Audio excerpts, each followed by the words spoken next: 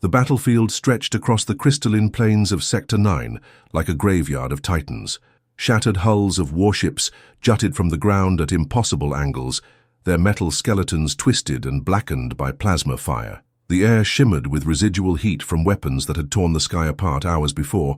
Smoke rose in lazy columns toward the 3 moons hanging overhead, each one reflecting the carnage below in pale, indifferent light.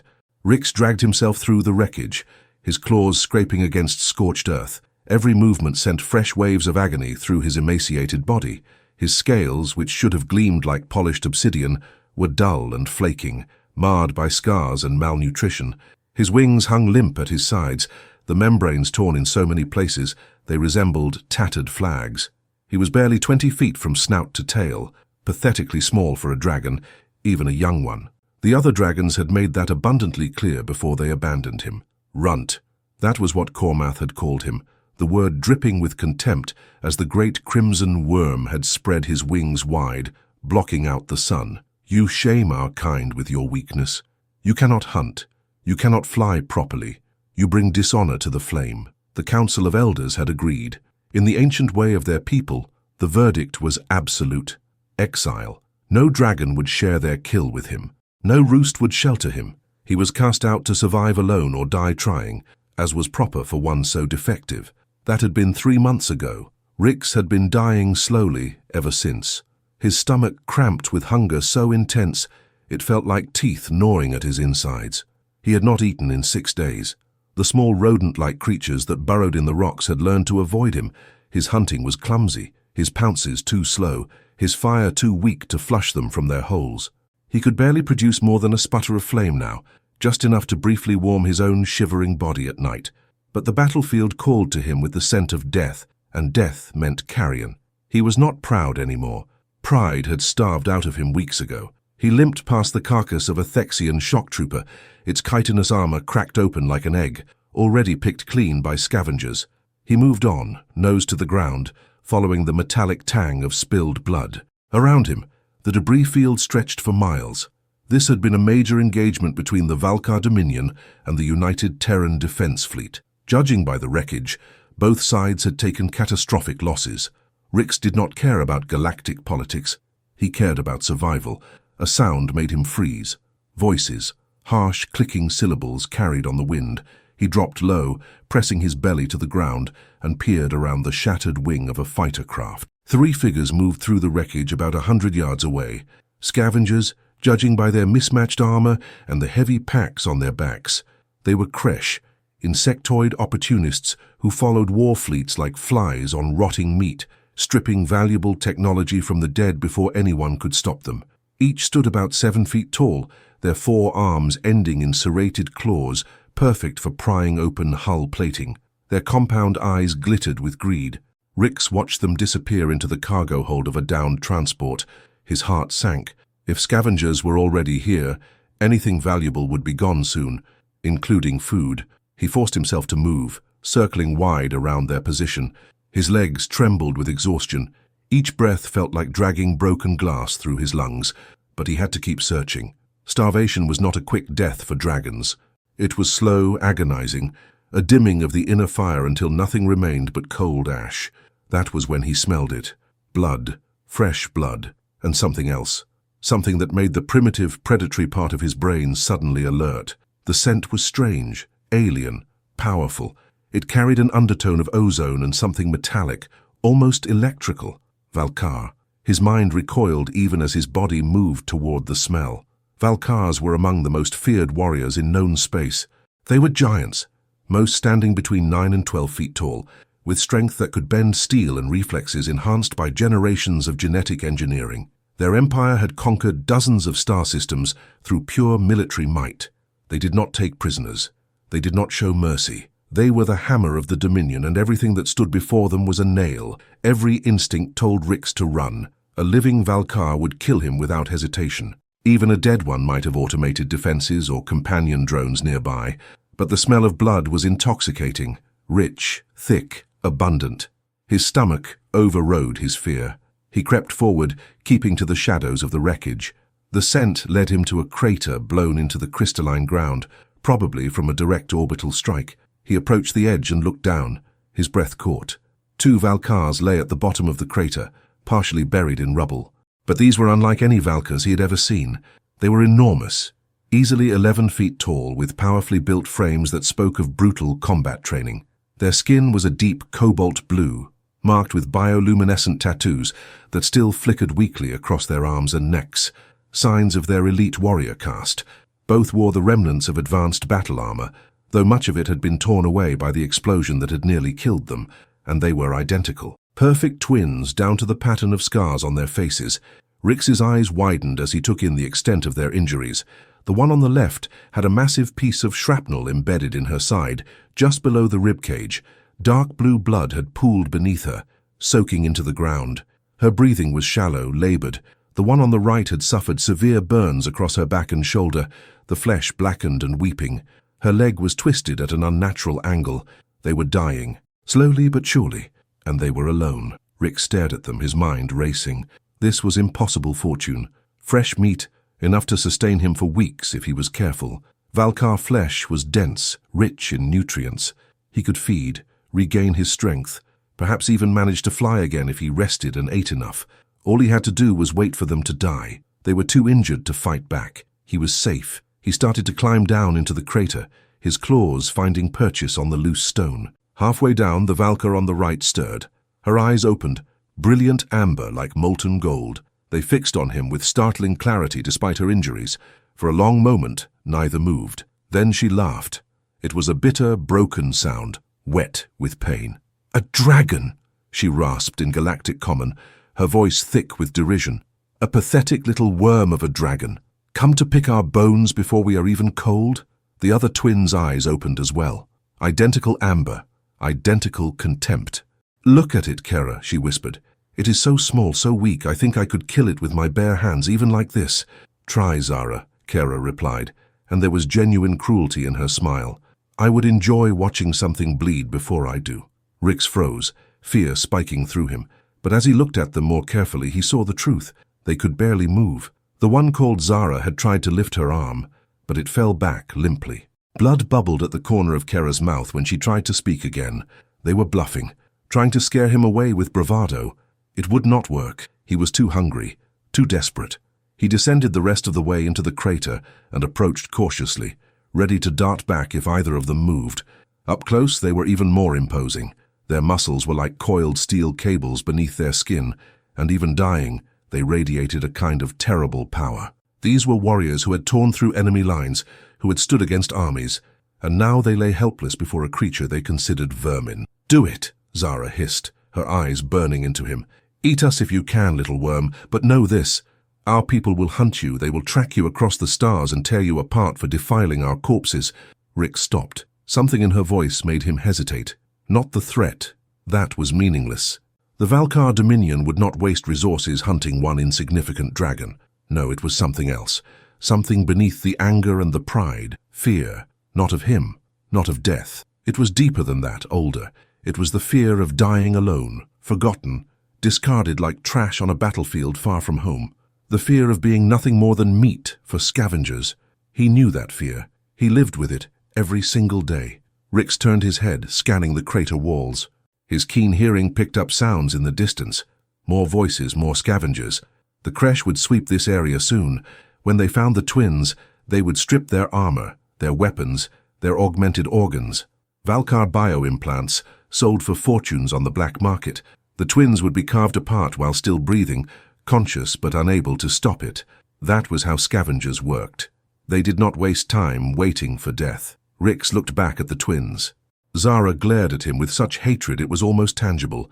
Kera's expression was harder to read. There was defiance there, yes, but also something that might have been resignation, acceptance. They expected him to kill them. They wanted him to, even. Better a quick death from a predator than the slow horror of what was coming.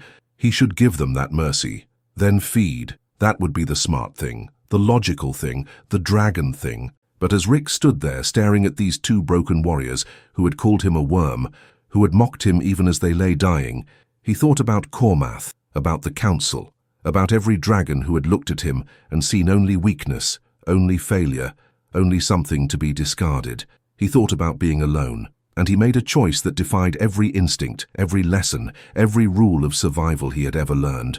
He turned away from the twins and began to climb back up the crater wall. "What?" Kara's voice cracked with confusion. "Where are you going?" Rix did not answer. He reached the top and surveyed the surrounding area. About 50 yards to the east was a section of broken hull plating large enough to provide cover. He spread his damaged wings and half glided, half fell toward it, landing in an ungainly heap that sent fresh pain through his body. Gritting his teeth, he began to drag the plating back toward the crater. It was far too heavy for him.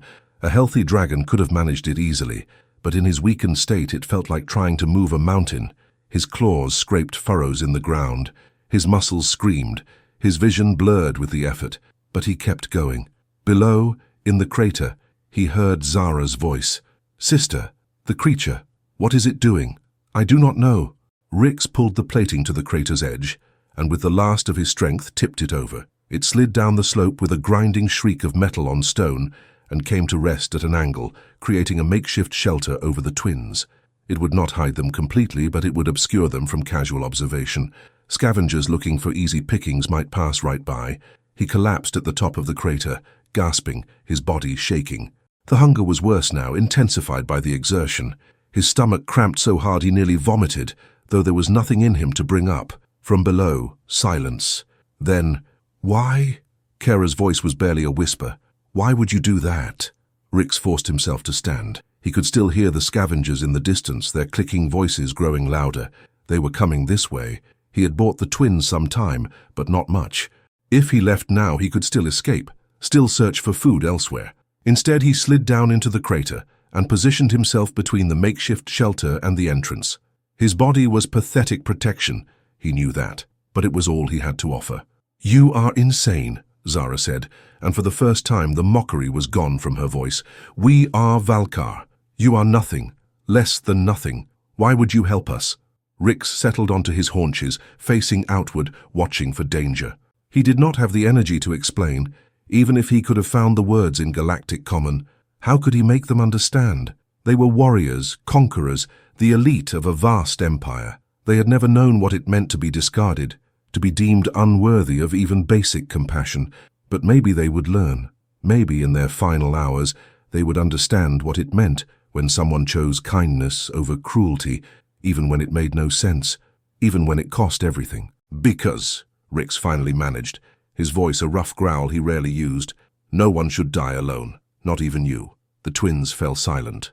Above, the three moons continued their slow arc across the sky. The voices of the scavengers grew closer, and in the crater, beneath a sheet of salvaged metal, a dragon who could barely fly kept watch over two warriors who had called him vermin, choosing their lives over his own survival. It was, by any measure, the stupidest decision he had ever made. It was also the most important.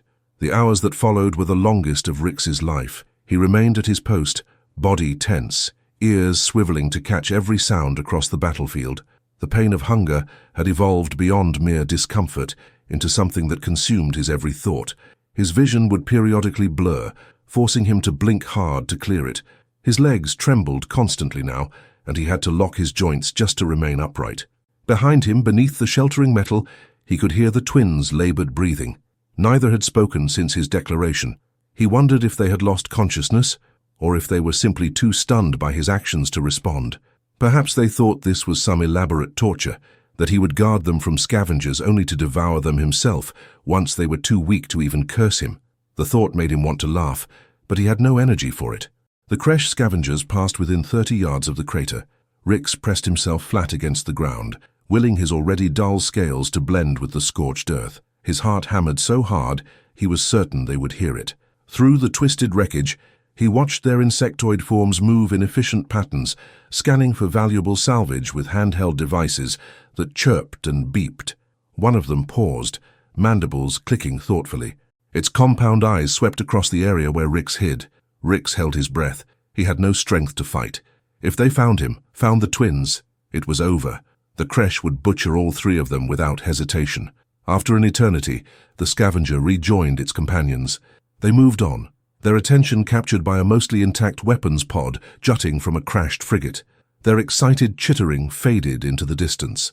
Rix allowed himself to breathe again. The relief was so intense it almost made him dizzy. "They are gone." Kera's voice came from behind him, weak but alert. "You can leave now, dragon.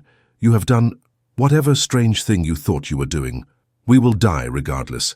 There is no point in you dying too." Rix did not move from his position. "Did you hear me?" Her tone sharpened with irritation. "I said you can go." "I heard you," Rix replied, his voice barely above a whisper. Speaking took so much energy. "Then why are you still here?" "Because they might come back." A long silence followed. Then Zara spoke, her voice carrying a different quality than before, not mockery, but genuine bewilderment. "I do not understand you. We are your enemy. The Dominion has exterminated entire dragon colonies that refuse to submit to our rule. My sister and I have personally led raids on settlements of your kind. We have killed hundreds of creatures like you." "Then I should be very afraid," Rix said. "You mock us now." Kera's anger flared. "While we lie helpless." "No." Rix shifted slightly, trying to ease the cramp in his left hind leg.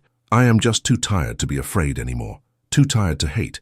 Too tired for any of it." "How poetic," Zara said dryly. "A philosopher dragon, one who has apparently decided to commit suicide by compassion." Rix closed his eyes. "Maybe." Another stretch of silence. The wind picked up, carrying new scents across the battlefield. Ozone from damaged power cores, the sweet rot of decomposition, the sharp tang of leaking fuel. In the distance, something exploded with a muffled whump. Secondary detonations were common on battlefields like this. Unstable munitions cooking off, reactor cores failing, pressurized systems rupturing. "What is your name, dragon?" Kera asked suddenly. The question surprised him. "Rix." "Rix," she repeated, testing the sound. "I am Kera Vasthorn. The one with the pleasant personality is my sister, Zara Vasthorn. We were twin blades of the 4th Assault Legion, daughters of war matron Selvix the Unconquered." The titles meant nothing to Rix, but he heard the pride in her voice despite the pain. These were warriors who defined themselves by their achievements, their lineage, their place in a vast military hierarchy. "Impressive," he said, because it seemed like the thing to say. "It should be," Zara cut in. "We have fought on 17 worlds. We have broken siege lines that held for years. We have stood in the throne room of the Dominion and received commendations from the High Command itself. We are among the finest warriors our people have ever produced. And now you lie in a crater, guarded by a starving dragon who can barely stand," Kera said, her voice heavy with bitter irony. "The wheel turns, sister. Glory is fleeting." "Do not speak like that," Zara snapped. "We are not dead yet. We will be soon. That shrapnel is in too deep. I can feel it grinding against my spine with every breath, and your burns will heal. We are Valkar. We are strong. We are dying, Zara, alone, forgotten. Just like—" Kera's voice broke, "just like she said we would be." "Do not speak of her," Zara hissed, and there was real pain in those words, deeper than any physical wound. "Not now, not here." Rix's curiosity stirred despite his exhaustion, but he knew better than to pry into the grief of strangers, especially strangers who could probably still snap his neck if they found the strength. Hours passed.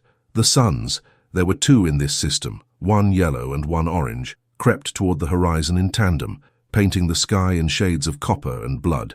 The temperature began to drop rapidly. Sector 9 had no atmosphere to retain heat. At night, the surface would become lethally cold for most species. Rix felt it in his bones, the creeping chill that signaled the coming night. Dragons were naturally resilient to temperature extremes, but in his weakened state, he was vulnerable. He could already feel his body trying to generate heat, burning through energy reserves he no longer had. Behind him, he heard teeth chattering. The Valkars, for all their genetic enhancements and warrior training, were not adapted for this environment. Without their armor's environmental systems, they would freeze before dawn. Rix turned and crawled back under the makeshift shelter. Both twins watched him approach with wary eyes. "What are you doing?" Zara demanded. "You are cold," Rix said simply. He positioned himself between them, curling his body carefully to avoid their injuries. "I can help." "We do not need—" Kera began, but her protest died as Rix focused inward, drawing on the last embers of his inner fire. It was pathetically weak. A dragon in full health could produce enough heat to melt stone, but it was enough to warm the air around them by a few precious degrees. The effect was immediate. Both twins stopped shivering. Their rigid postures relaxed slightly. "This is insane," Zara whispered, but she did not pull away. "You are using your energy to warm us. You are killing yourself for creatures who would gladly kill you." "Probably," Rix agreed. His eyes were already closing. The effort of maintaining even this small amount of heat was pushing him toward unconsciousness. "But at least I will die warm. You are the strangest creature I have ever encountered," Kara said softly. "Thank you," Rix mumbled. That was not a compliment. "I know." Despite himself, despite everything, Rix felt something that might have been contentment. It made no sense. He was going to die here, in this crater, having saved his enemies at the cost of his own life. It was foolish, pointless. Every dragon who had ever mocked him had been right. He was too weak, too soft, too fundamentally broken to survive. But he had made a choice. Not out of instinct or survival or even strategy. He had chosen compassion when cruelty would have been easier. He had chosen to protect when he could have taken.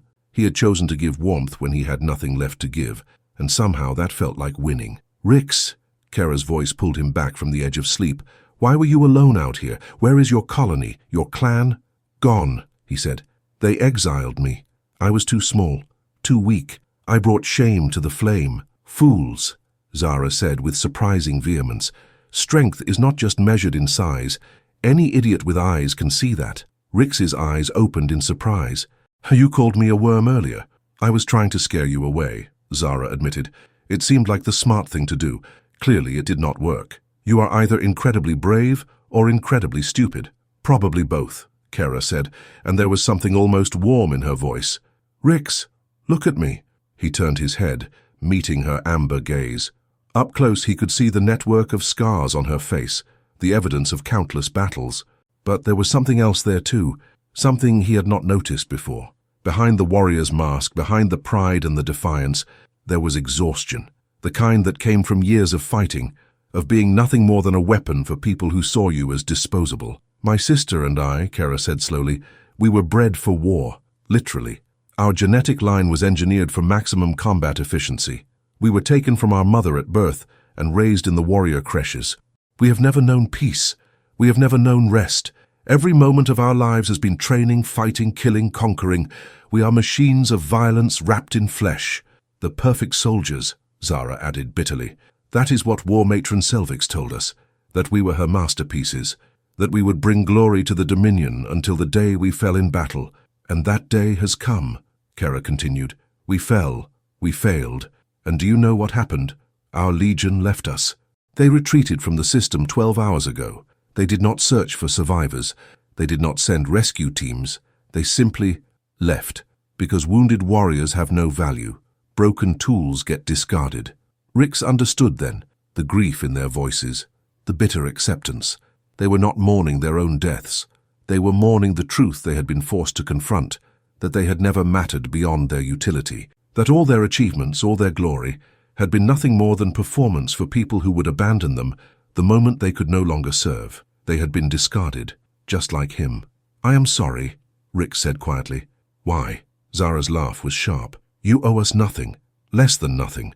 "Because I know what it feels like," Rix said, "to realize that the people you thought valued you never actually did, that you were only worth as much as you could give them, that the moment you stopped being useful, you stopped being worthy of basic dignity." The twins fell silent. In that silence, something shifted. Some invisible barrier between them crumbled, replaced by a fragile understanding. They were all rejects here, all failures by the standards of their respective societies, all alone, all dying. "Thank you," Kara said finally, "for staying, for this." She gestured weakly at the warmth surrounding them. "It is more kindness than we deserve." "Everyone deserves kindness," Rick said. "Even warriors, even dragons, even people who have hurt others." "That is a dangerous philosophy," Zara observed. "Compassion for the unworthy, mercy for enemies. That kind of thinking gets you killed." "It probably will," Rix admitted. His consciousness was fading now, pulled down by exhaustion and starvation and the tremendous effort of maintaining his heat. "But I would rather die being kind than live being cruel. At least then I would know I was still myself. That exile did not take that from me." The darkness was closing in fast. He felt his inner fire guttering like a candle in the wind. This was it, he realized. This was the end. He had maybe an hour left, maybe less. Then the cold would take him, or his body would simply give out. He had thought death would be frightening, but wrapped around these two broken warriors, providing what small comfort he could in their final hours together, he found he was not afraid. He had done something good, something that mattered. That would have to be enough. "Rix!" Kara's voice seemed to come from very far away. "Rix, stay with us. Do not leave yet." "Trying," he mumbled. "So tired." "I know, but listen to me. Listen." Her hand, enormous compared to his small frame, settled gently on his flank. The touch was surprisingly tender. "You saved our lives today, not from death. Death was always coming. You saved us from dying as discarded weapons. You gave us dignity in our final hours. You showed us that there is still compassion in this universe, even for creatures like us. That is a gift beyond price," Zara added, her own hand joining her sister's. "And Valkars always pay their debts." Rix wanted to tell them that he needed no payment, that seeing them peaceful was enough. But he could not form the words anymore. The darkness had grown too deep, too heavy. He felt himself slipping away. And then, impossibly, he felt something else. Warmth, but not his warmth. This came from outside, from the hands resting on his scales. It grew stronger, spreading through his body like liquid fire. Not burning, but invigorating, energizing. His eyes snapped open. The twins were glowing. Their bioluminescent tattoos, which had been barely flickering before, now blazed with brilliant azure light. But this was different from before. This was not residual energy from their armor or combat augmentations. This was something deeper, something primal. "What?" he tried to ask, but Zara shushed him. "Be still, little dragon. We are sharing our life force with you. It is an old technique, forbidden for most, but we are twin blades. Our connection runs deeper than blood. We are two halves of one soul, and what we share with each other, we can share with one we choose to bond with." "You are killing yourselves," Rix protested weakly, even as strength flowed back into his limbs. "We were already dying," Kara said simply. "But we will not let you die for us, not after what you have done. Consider this our final act, the last choice of the twin blades of the 4th Legion. We choose to save the one who showed us that strength and compassion are not opposites, but two sides of the same flame. We choose you, Rix," Zara whispered, "the smallest dragon, the weakest flame, the one with the biggest heart we have ever known." The energy flowing into him intensified. His inner fire, which had been reduced to barely glowing embers, roared back to life. His wounds began to close. His torn wings started to knit together. Even his scales seemed to brighten, as if polished from within. But as he grew stronger, he felt them growing weaker. Their light was dimming, their breathing becoming more labored. "No," he said desperately. "Stop, please. You do not have to do this." "We do," Kara said, "because for the first time in our lives, we are making a choice that is not about conquest or glory or duty. We are choosing to give rather than take, to heal rather than destroy. You taught us that was possible, Rix. Let us honor that lesson. Live, little dragon," Zara said. "Live and remember us. Remember that the twin blades at the very end chose love over war." Their hands slipped away. Their light faded to almost nothing. And then, just as Rix thought they were gone, Kara's eyes opened one last time. "We choose you," she whispered, "now and forever, in this life and the next. If there is such a thing as souls, ours are bound to yours. Remember that. Remember." Her voice trailed off. Both twins fell silent, still their light extinguished. Rix stared at them in horror and grief and confusion. What had they done? What had they meant? The energy they had given him sang through his veins, more powerful than anything he had ever felt. But the cost? He threw back his head and roared his anguish at the uncaring stars, and for the first time in his life, true fire erupted from his jaws, a column of white-hot flame that lit up the night sky like a falling star. The roar faded, leaving only echoes bouncing off the wreckage. Rick stood trembling, smoke still curling from his jaws, staring in disbelief at what he had just done. Real fire. Not the pathetic sputters he had managed before, but genuine dragon fire hot enough to turn metal white. He looked down at his body. His scales gleamed like polished jet, reflecting the starlight. The tears in his wings had sealed completely, the membranes whole and strong. Even his emaciated frame had filled out, muscles no longer hanging slack on his bones. He felt powerful in a way he never had before, as if the very core of his being had been reforged. But the cost. He turned back to the twins, his heart breaking. They lay motionless beneath the shelter, their once vibrant tattoos now dark, their skin pale. He pressed his snout gently against Kara's throat, searching for a pulse. Nothing. He tried Zara. Still, nothing. "No," he whispered. "No, please. You cannot be gone. Not after, not when—" He did not know how to finish that thought. Not after they had shown him kindness. Not when he had just begun to understand them. Not when they had made him feel, for the first time since his exile, that he was worth something. All of the above. None of the above. It did not matter. They were gone. Or were they? Rix paused, tilting his head. There was something. Not a sound exactly. More like a feeling. A presence at the edge of his consciousness. Faint and distant, but definitely there. Two presences, actually. Distinct yet intertwined like harmonizing notes.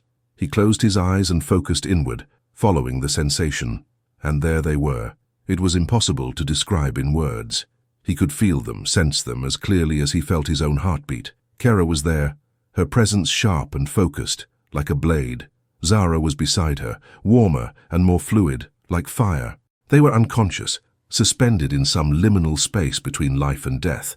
But they were not gone. The bond. They had said something about a bond. Rix's mind raced. He knew very little about Valka culture, but he had heard stories from other dragons, tales shared around fires before his exile. The Valkars had rituals, ways of linking warriors together for maximum combat efficiency. Twin warriors especially. They could share thoughts, coordinate perfectly, fight as one entity split between two bodies. But this felt different, deeper, as if they had not just linked with him temporarily, but woven themselves into the very fabric of his being. "We choose you," Kara had said, "now and forever." Rix opened his eyes. If they were still connected to him, if their life force was somehow sustained through this bond, then maybe— He pressed his claws against Kara's chest, right over her heart, and pushed, not physically, but with the energy they had given him. He sent it back, willing it to flow from his body into hers. At first nothing happened. Then he felt resistance, like trying to push water through a blocked pipe. Her wounds, the shrapnel, the trauma. Her body was too damaged to accept the energy. Zara, too. The burns had caused catastrophic damage to her nervous system. Even if he could revive them, they would be in agony, unless he could heal them first. But Rix had no healing magic. Dragons could breathe fire and fly, but mending flesh was beyond their abilities. That was the domain of other species, those who had studied the medical arts or possessed innate regenerative powers. Except, he looked down at himself again, at his transformed body. The twins had not just given him energy. They had given him part of themselves, their strength, their resilience.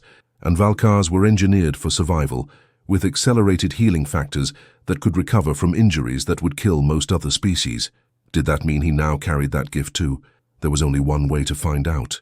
Rix took a deep breath and placed one claw on Kara, one on Zara. He closed his eyes and reached for the bond again, this time not to push energy but to understand, to see what they had done, how they had connected to him. The answer unfolded in his mind like a blooming flower.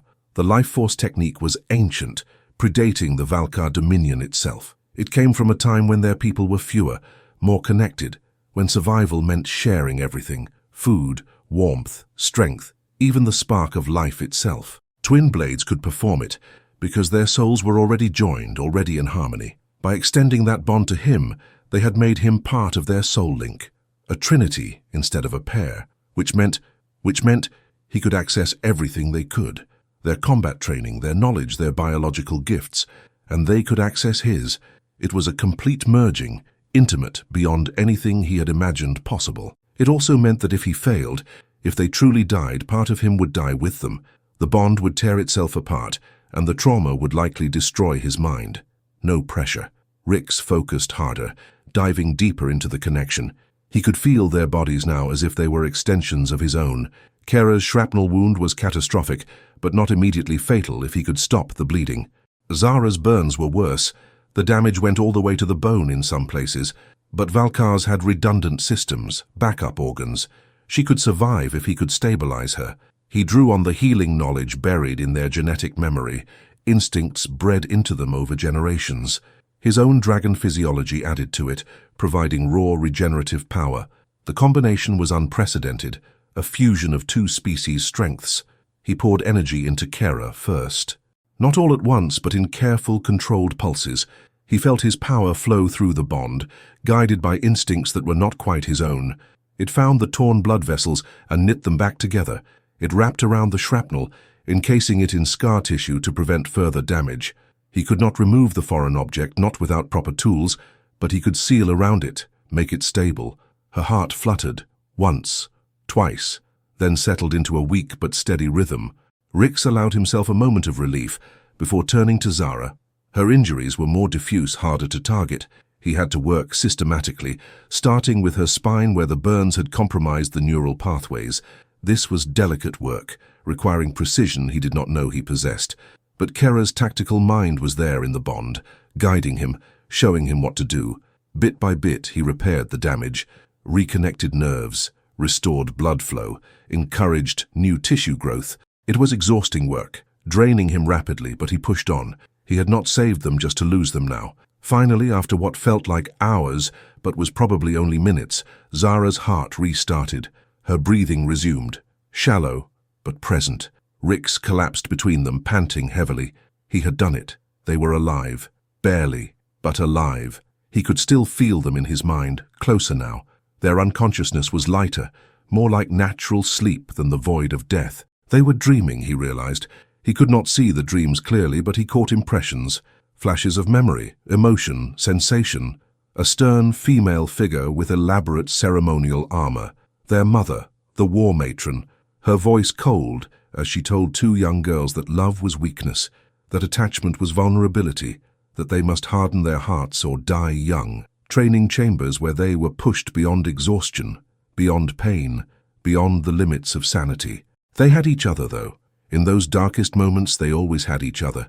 Their first battle, the terror and exhilaration, the blood, so much blood, victory after victory, commendations, promotions, the pride of standing before the high command and receiving honors, but also the growing emptiness, the realization that no amount of glory filled the void inside. The day they questioned an order, refused to execute prisoners who had surrendered, the fury of their superiors, the punishment, the lesson, obedience above all, even above conscience, and finally the abandonment, lying in the crater, bleeding, waiting for rescue that never came, the bitter understanding that they had been tools all along, nothing more. Then a small dragon appeared, weak, pathetic, dying, and he chose to help them anyway. That moment had changed everything. Rix pulled back from the memories, overwhelmed. He understood now why they had bonded with him, why they had given everything in that final act. He had shown them a different way to be, a way where strength and compassion could coexist, where protecting the vulnerable was not weakness, but the highest form of courage. He had given them a choice they had never been allowed before, to die as they wished, not as weapons, but as people capable of love. "But you are not going to die," Rix whispered fiercely. "Do you hear me?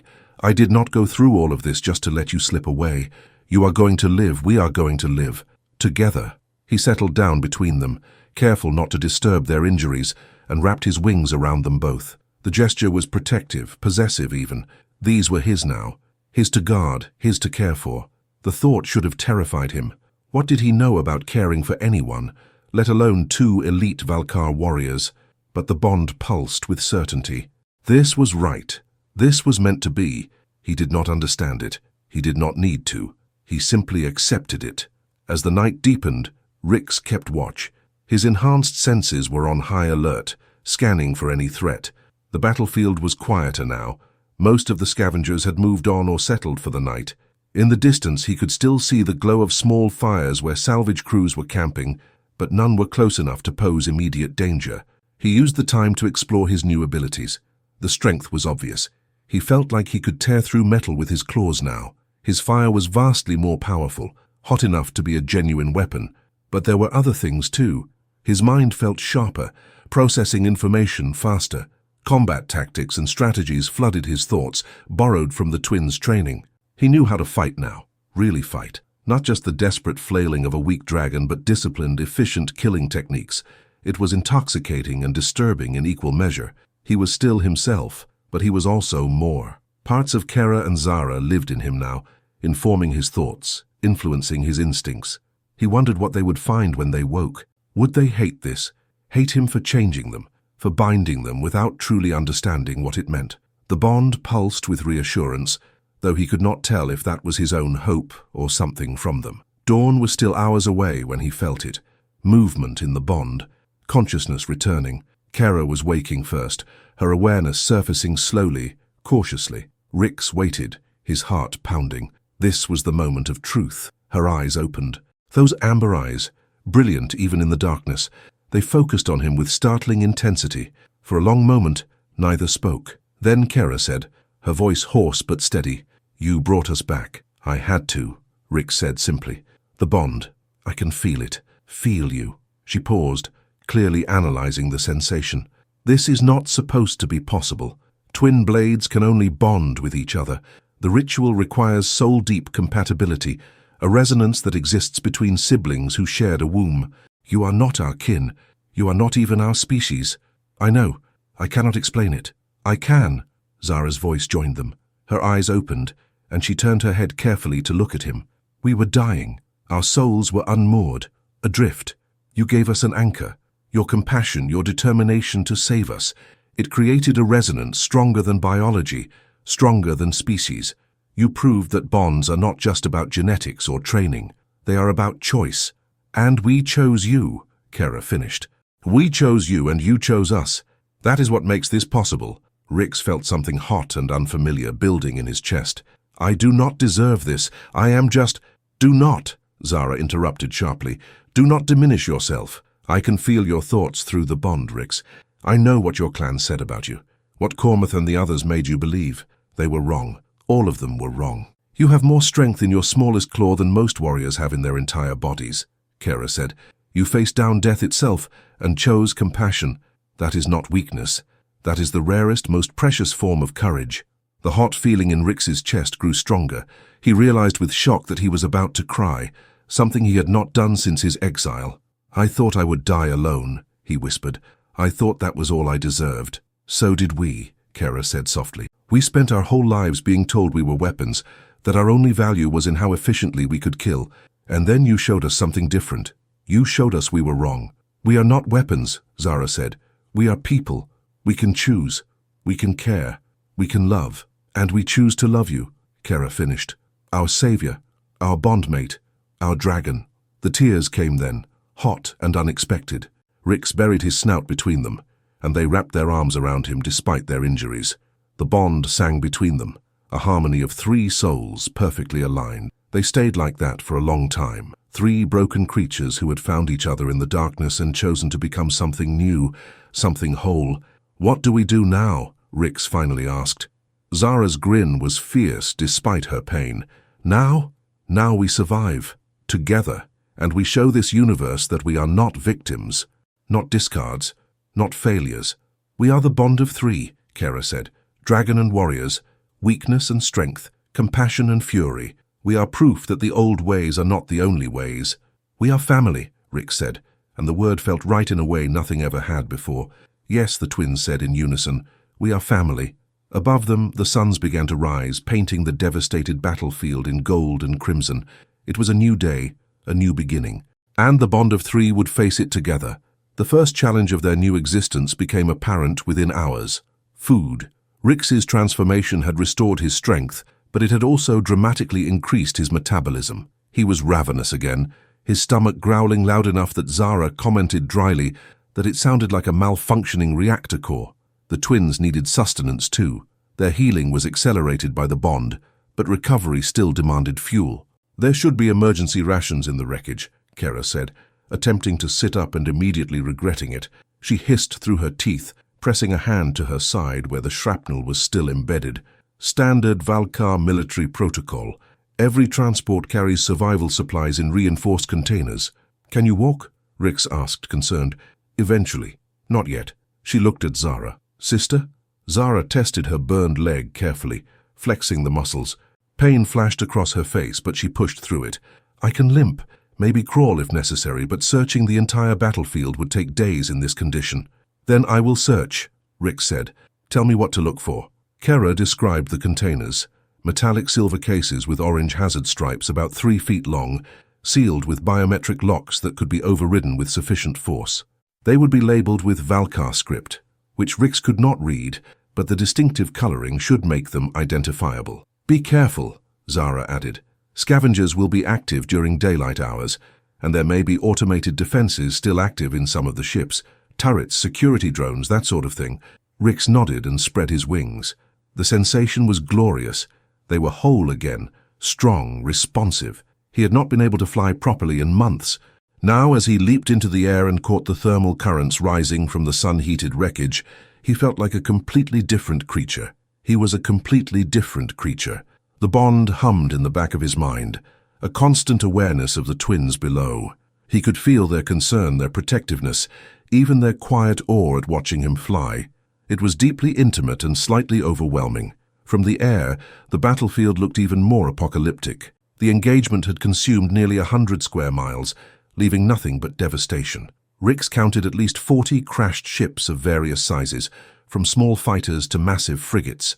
Bodies littered the ground, Valkars, humans from the Terran Defense Fleet, and various mercenary species. Death did not discriminate. He pushed the grim thoughts aside and focused on his task. Silver cases with orange stripes. Should be easy to spot. It was not easy to spot. Most of the containers had been blown open by the battle, their contents scattered or destroyed. Others had already been looted by scavengers. Rix spent over an hour searching before he finally found an intact cache in the cargo bay of a partially buried transport ship.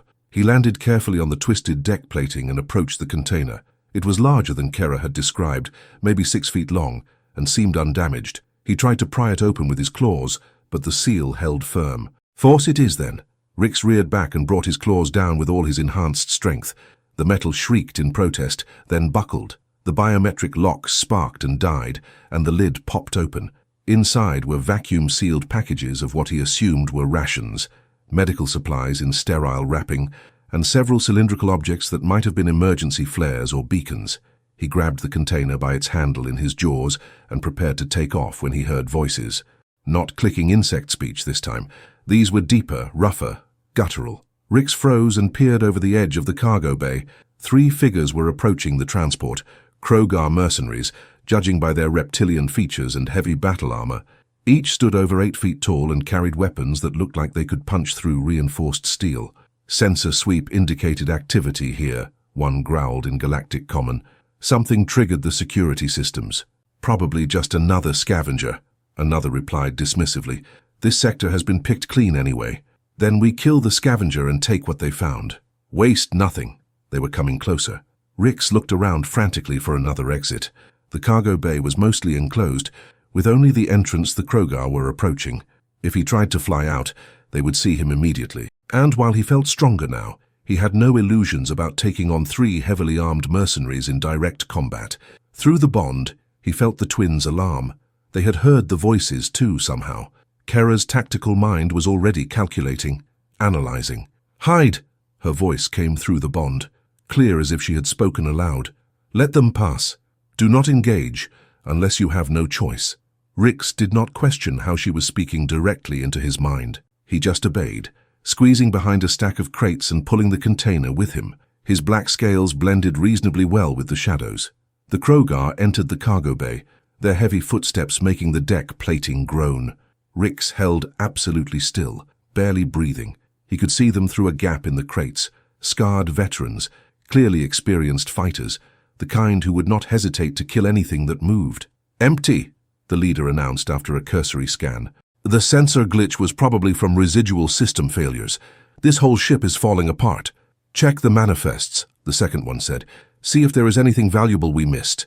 They moved deeper into the bay, away from Rix's position. He saw his chance and began to carefully edge toward the exit, moving with agonizing slowness. The container scraped slightly against the deck, and he froze. One of the Krogar's heads snapped around. "Did you hear that?" "Hear what?" "Something." Over by the entrance. They started moving back toward him. Rix's mind raced. He could drop the container and flee, but that would mean returning empty-handed. The twins needed these supplies. He needed these supplies. "If you have to fight, go for the throats." Zara's voice joined Kara's in his mind. "Krogar armor is weakest at the neck seals.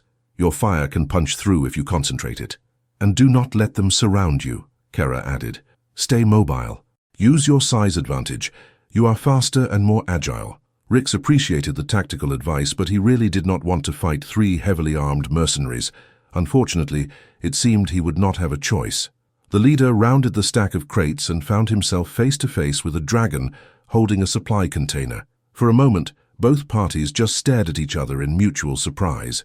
Then the Krogar raised his weapon, a massive plasma rifle, and Rix moved. He dropped the container and lunged, not at the leader but at the deck beneath him. His claws tore through the already weakened plating, ripping it open. The leader stumbled backward, trying to keep his balance as the floor gave way. Rix used that moment to grab the container again and bolt for the exit. "Kill it!" the leader roared. Plasma bolts seared past Rix's head as he burst out of the cargo bay. He spread his wings and threw himself into the air, flapping desperately for altitude. More shots followed him, one catching the edge of his left wing and punching a small hole through the membrane. It hurt, but did not cripple him. He flew low and fast, weaving between debris to break line of sight. Behind him, he heard the Krogar shouting, coordinating pursuit. They had vehicles, he realized with sinking dread. He could hear engines starting up. "Rix, they are tracking you," Kara warned. "You are leaving a heat signature they can follow. You need to lose them before you lead them back to us." She was right. If the Krogar found the twins in their current condition, it would be a massacre. Rix changed direction, angling toward a section of the battlefield where several ships had crashed in close proximity, creating a maze of twisted metal. He dove into the wreckage, folding his wings tight and navigating the narrow passages by instinct and the combat awareness he had inherited from the twins. The Krogar followed in their hovercycles, their larger size forcing them to take slower, more careful routes. Rix used the advantage, doubling back, changing levels, creating a confusing trail. After several minutes of frantic chase, he found a gap that led into the interior of a massive frigate. He squeezed through, finding himself in what had once been a crew quarters section. He pressed against the wall, listening. The hovercycles circled outside, searching. He could hear the Krogar arguing, frustrated that they had lost him. "Forget it," one finally said. "Not worth the ammunition. Probably just some local wildlife anyway." Wildlife that steals military supplies? Who cares? This planet will be officially quarantined within days. Nothing here is worth dying over. The engines receded. Rix waited a full 10 minutes before he dared to move again. When he finally emerged from the frigate, the Krogar were gone. He returned to the crater by a circuitous route, constantly checking for pursuit. By the time he landed beside the makeshift shelter, he was exhausted and shaking from the adrenaline crash. "You are hurt," Zara said immediately, spotting the wound on his wing. "I am fine, I brought food." "You are not fine," Kara said firmly. "Let me see." The twins examined the plasma burn, their faces grave. The wound was cauterized at least, but the damage was significant. Rix would heal, but it would take time. "Thank you," Zara said quietly, opening the container and distributing the ration packs, "for taking that risk for us." "We are family," Rix said simply. "Family protects each other." They ate in silence, the rations bland but nourishing. Rix had to awkwardly tear open the packaging designed for hands, but the twins helped him. The simple act of sharing a meal, of caring for each other, felt profound. As they finished eating, Kara spoke. "We need to leave this planet soon. The Krogar mentioned a quarantine. That means both the Dominion and the Terran fleet consider this system a total loss. They will sterilize it from orbit to prevent salvage by third parties." "Sterilize?" Rix asked. "Orbital bombardment," Zara clarified grimly. "They will reduce the entire surface to molten slag. Standard procedure for contested territory neither side can hold. Ensures the enemy gains nothing from the battlefield." "When?" "Days. Maybe a week if we are lucky. We need a ship, something space-worthy, and we need it before the bombardment begins." Rix looked around at the devastation. "Most of these ships are destroyed. Most, not all. There has to be something we can salvage, repair enough to get us off-world." "And go where?" Rix asked. "The Dominion abandoned you. My people exiled me. We have nowhere." The twins exchanged glances. Some silent communication passed between them through their own bond, separate from the one they shared with Rix. "We go to the Fringe territories," Kara said finally. "Beyond Dominion space, beyond Terran control, where the forgotten go, the exiled, the unwanted." "It is not a kind place," Zara added. "Pirates, smugglers, warlords. Law is whatever you can enforce with your own strength, but it is free. No one there will care that we are deserters or that you are an exiled dragon. They will only care if we can hold our own. Can we? Rix asked. Hold our own? Kera's smile was sharp. We are twin blades, bonded with a dragon who has more courage than sense. If we cannot make it in the Fringe, no one can. Then we find a ship, Rix said, surprising himself with his own determination. We get off this planet, and we make a new life. Together. Together, the twins echoed. The word felt like a promise, like destiny, like home. They spent the rest of the day resting and planning. Zara, with her engineering background, sketched out what they would need. A ship with intact life support, functional engines, enough fuel for at least one jump to hyperspace. It did not need to be pretty or comfortable. It just needed to fly. Rix volunteered to do aerial reconnaissance the following day, mapping out potential candidates. The twins would work on their recovery, doing careful exercises to rebuild strength without aggravating their injuries. The shrapnel in Kera's side was still a concern, but as long as they kept it stable, she could function. As night fell again, they huddled together under the shelter. This time Rix did not need to strain to provide warmth. The bond itself seemed to generate a comfortable heat, as if their combined life forces naturally radiated comfort. Rix, Zara said softly, can I ask you something? Of course. When you chose to save us, did you know what would happen? Did you know about the bond? No.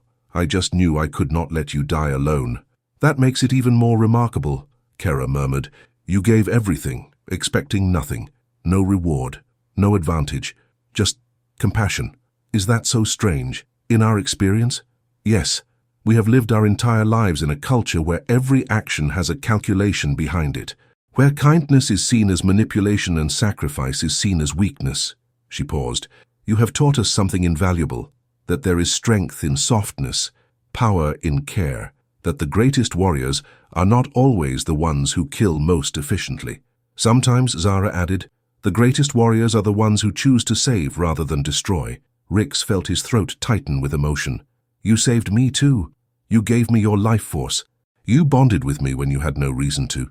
We had every reason, Kera said. You showed us who we could be, who we wanted to be. That was worth more than our lives. And now we get to live anyway, Zara grinned. Best of both worlds. They fell silent, comfortable in each other's presence. Through the bond, Rix could feel their emotions, contentment, determination, and something deeper. Something that felt like love. Though he had no frame of reference for what love was supposed to feel like, he only knew it felt right. Whatever comes next, he said quietly, we face it together, no matter how hard, no matter how scary. Together, the twins confirmed. And wrapped in each other's warmth, the bond of three slept peacefully under alien stars, dreaming of freedom and the future they would forge with their own hands.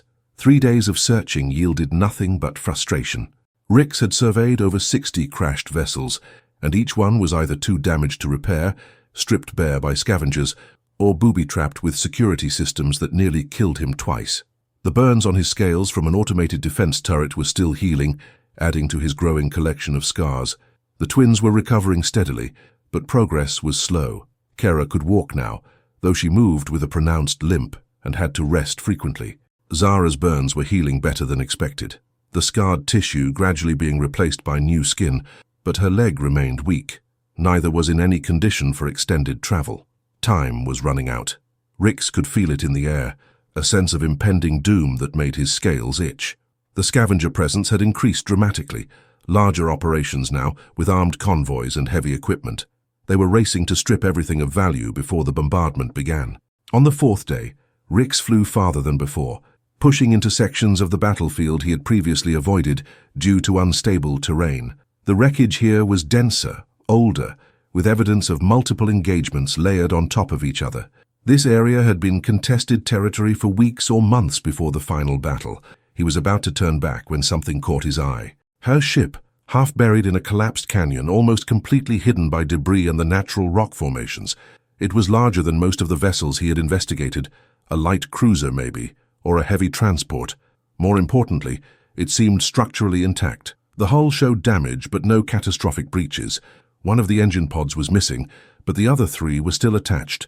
Rix circled lower, his enhanced vision scanning for threats. No scavenger activity nearby. No active defense systems that he could detect. The ship looked abandoned, forgotten, which meant it was either worthless or everyone else had missed it. Only one way to find out. He landed on the exposed section of hull and carefully made his way to what looked like an emergency airlock.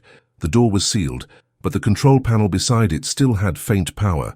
Rix placed his claw on the manual override and pressed hard. The mechanism resisted, corroded by time and exposure, then gave way with a grinding shriek. The airlock cycled open, revealing a dark interior. Stale air rushed out, carrying the smell of oil, metal, and something organic that made Rix's nose wrinkle. He squeezed through the opening, barely fitting, and found himself in a maintenance corridor. Emergency lighting flickered to life as he moved, responding to his presence. That was a good sign. The ship still had power reserves. He proceeded cautiously, his claws clicking on the deck plating. The corridor was empty, showing signs of hasty abandonment, tools scattered on the floor, an open storage locker with supplies still inside, a half-eaten meal on a small fold-out table. Whatever had happened here, the crew had left in a hurry. Rix followed the corridor to a junction and paused, trying to orient himself. He had absorbed some basic ship layout knowledge from the twins through the bond, enough to recognize key sections. Engineering would be below, the bridge above, crew quarters in between. He needed to check 3 things: life support status, engine condition, and fuel reserves. If all 3 were viable, they had their escape vehicle. He headed down toward engineering first, descending through a maintenance shaft that protested loudly under his weight. The engineering deck was larger, with higher ceilings that gave him more room to move. Massive machinery loomed in the darkness: reactor cores, power distribution systems, the intricate web of conduits that kept a starship alive. And at the center, bathed in the blue glow of active status indicators, stood the main reactor. It was running on minimal power, barely idling, but it was running. Rix felt a surge of hope. This was more than he had dared to expect. He moved closer, examining the controls with eyes that now understood what they were seeing, thanks to Zara's engineering expertise filtering through the bond. The reactor was stable, operating at maybe 5% capacity, enough to maintain life support and essential systems, but not enough for propulsion. Could they bring it to full power? That would require... Well, what do we have here? Rix spun around, his heart leaping into his throat. A figure stood at the entrance to engineering, backlit by the corridor lights, so that Rix could not make out details. But the voice was human, male, and carried a dangerous edge. "A dragon," the figure continued, stepping forward into the reactor light. "On my ship, uninvited." The human was tall, nearly 6.5 feet, and built like someone who had spent their life doing hard physical labor. His face was weathered and scarred, his hair grey at the temples. He wore a battered leather jacket over some kind of armored vest, and his hand rested casually on the pistol holstered at his hip. But what struck Rix most were his eyes. They were sharp, calculating, missing nothing. The eyes of a survivor. "I'm sorry," Rix said carefully, keeping his body language non-threatening. "I did not know the ship was occupied. I thought it was abandoned." "It is abandoned," the man said, "by everyone except me. Captain Marcus Chen, formerly of the Terran Defense Fleet, currently captain of absolutely nothing." He gestured around the engineering bay with bitter amusement. "Welcome to the Wandering Star, finest derelict in Sector 9. "You are military?" Rix asked, though the answer was obvious. "Was. Past tense. They left me here 3 weeks ago when we took heavy damage during the final assault. Ship was deemed unsalvageable. Crew was evacuated, and I was supposed to go with them." His smile was cold. "Supposed to? Funny how supposed to works out sometimes. Why did you stay?" "Because this ship is mine. I captained her for 8 years, fought in 17 major engagements and twice that many skirmishes. She kept us alive through impossible odds, and when she took damage protecting her crew during the retreat, they wanted to just abandon her like trash." Marcus's hand tightened on his pistol. "So I stayed. If she was going to die, she was going to die with her captain aboard." Rix understood that sentiment more than Marcus could possibly know. Loyalty, devotion, the refusal to abandon something you loved, even when logic said you should. "What are you doing here, Dragon?" Marcus asked, his tone shifting from bitter to curious. "You do not look like a scavenger, not alone anyway, and you have not tried to steal anything yet." "I am looking for a ship," Rix admitted. He saw no point in lying. "My tough family needs to escape before the bombardment." "Family?" Marcus's eyebrows rose. "Dragons travel in families now." "It is complicated. Everything always is." Marcus studied him for a long moment. "You know this ship is missing an engine, right? and the hyperdrive has a cracked manifold, and the navigation computer was fried by an EMP blast. Even if you could get her off the ground, you would not make it out of the system. Rix's hope crumbled. So she cannot fly. I did not say that. Marcus moved to a nearby console and pulled up a diagnostic screen. I said she has problems, but problems can be fixed if you have the right parts, the right skills, and the right motivation. I have been working on repairs since I was left behind. Made decent progress too, considering I have been doing it alone with limited resources. How much progress? Marcus pulled up a schematic of the ship. Sections glowed green, yellow, or red, depending on their status. Most of the critical systems were yellow, functional but damaged. The missing engine and broken hyperdrive manifold showed as angry red markers. Life support is solid, Marcus explained. I got that back to full capacity in the first week. Main reactor is good, as you saw. The structural integrity is better than it looks. Most of the damage is cosmetic. The real problems are propulsion and navigation. We need a replacement hyperdrive manifold, which I can fabricate if I can find the right materials. And we need to either repair the missing engine or reconfigure the power distribution to work with 3 instead of 4. Can it be done? With enough time? Yes, with 3 days before orbital bombardment turns us into molten slag. Marcus laughed humorlessly. That is a hell of a deadline. But possible. Maybe. Marcus turned to face him fully. But I have a better question. Why should I help you? This is my ship. I have been busting my ass to get her spaceworthy. Why would I share her with some random dragon who wandered aboard? It was a fair question. Rix thought about it carefully before answering. Because you are alone.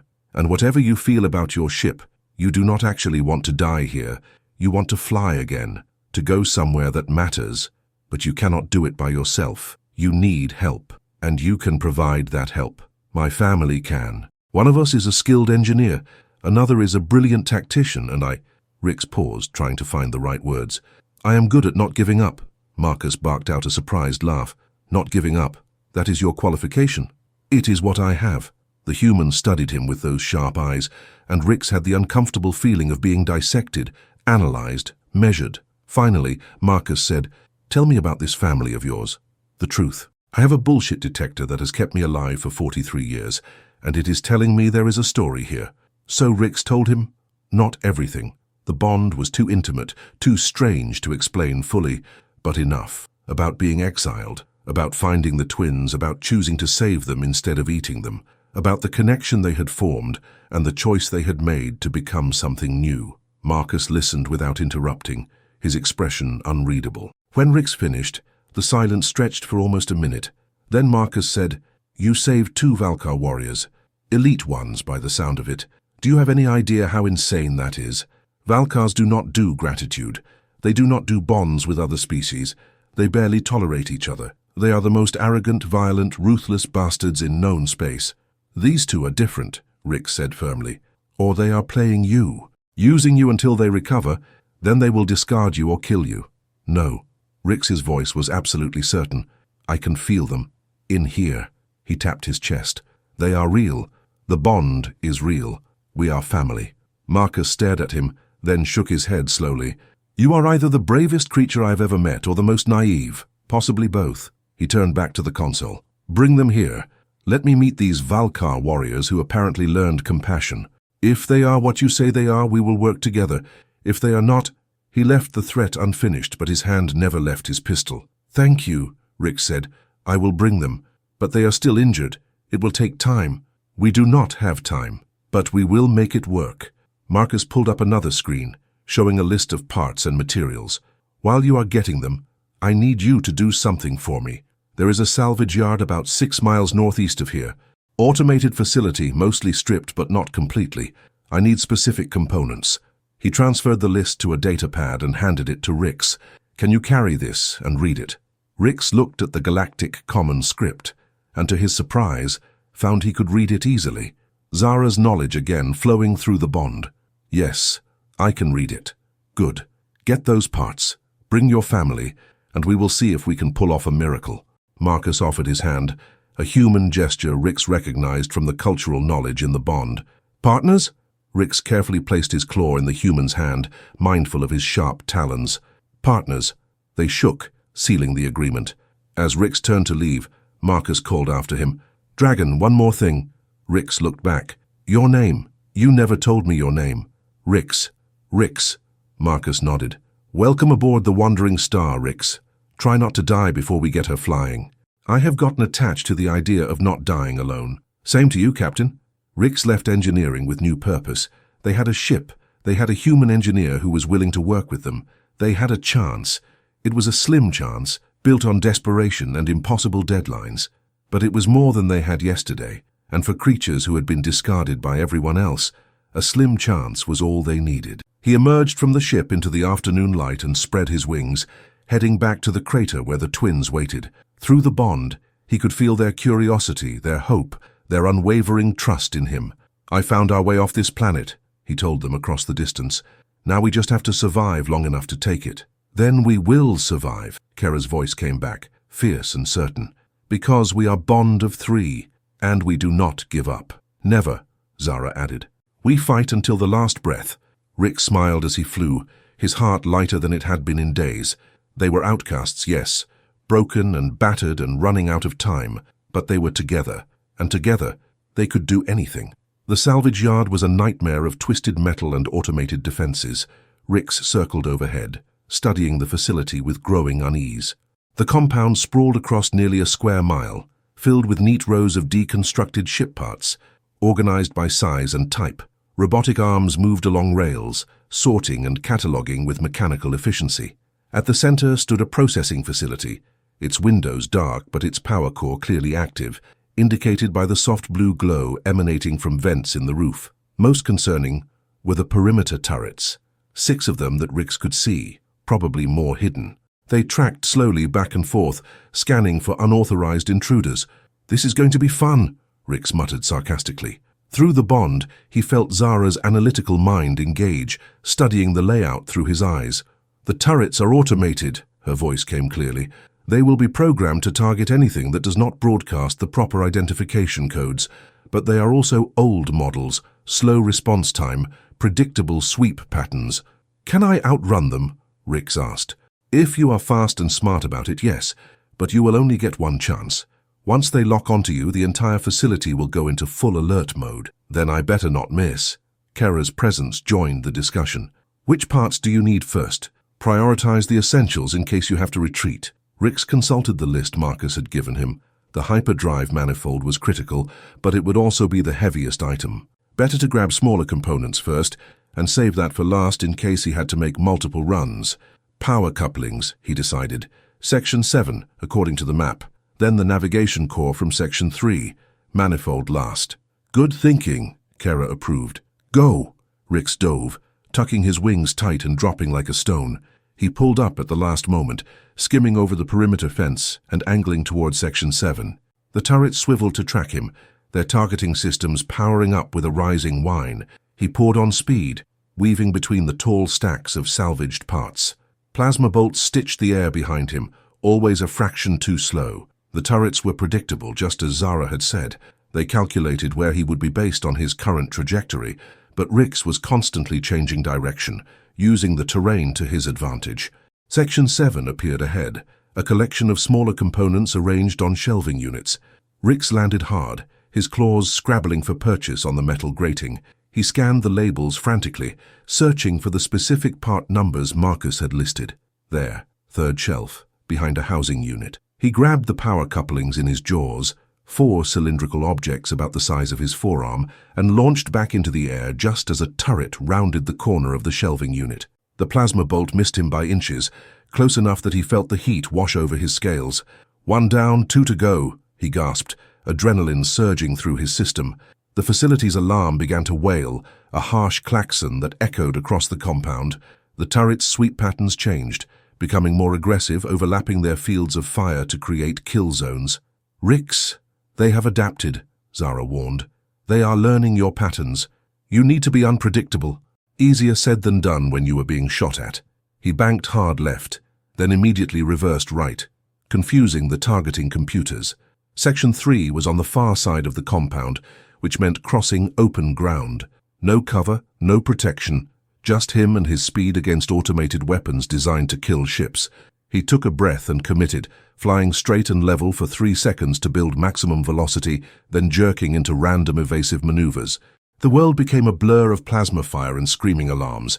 Something clipped his tail, sending a spike of pain through the bond that made the twins gasp in sympathy, but he made it. He crashed into Section 3 with less grace than he would have liked, dropping the power couplings and immediately searching for the navigation core.